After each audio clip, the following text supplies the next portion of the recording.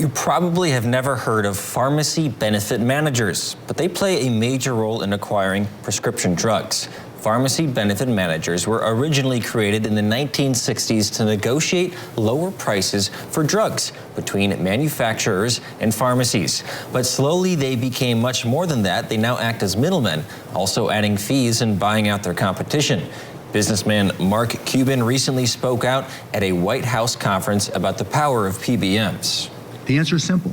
The dominant three PBMs put stock price over health. Well, I can go on and on and on about the big three PBMs. They are everything that is wrong with this industry.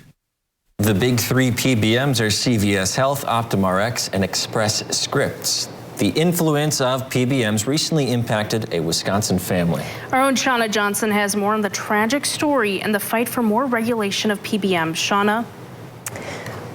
A bill to regulate pharmacy benefit managers never made it to vote in the Assembly, but families and independent pharmacy owners from across the state say legislation is needed to save lives. Unfortunately, it's already too late for one Wisconsin family. Cole Schmitnick was a 22-year-old young man living in Appleton, Wisconsin, who loved video games and sports. His parents, Bill and Shannon, described him as an inspirational, free spirit with a love for being heard. He was definitely one of a kind. Cole was diagnosed with severe asthma at only a year old. He had just recently moved out on his own with opportunities to chase dreams until his life was cut short. January 10th, he went to his pharmacy to get his prescription and was told it was no longer covered by his insurance. He was told there was no alternative and no generic. Cole didn't know how to respond and couldn't cover the extreme out-of-pocket cost of his Advair inhaler on a $19 an hour income. An inhaler-dependent patient left Walgreens Pharmacy with no medication. 5 days later, he suffered an extreme asthma attack and was taken to the hospital.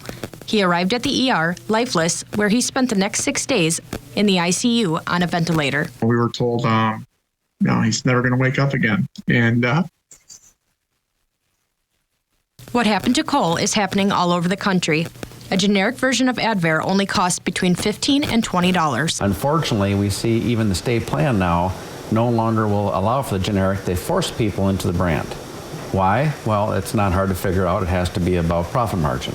And unfortunately, they're making people decide between life-saving medicine here for cost, even though the cost of the actual item is so low.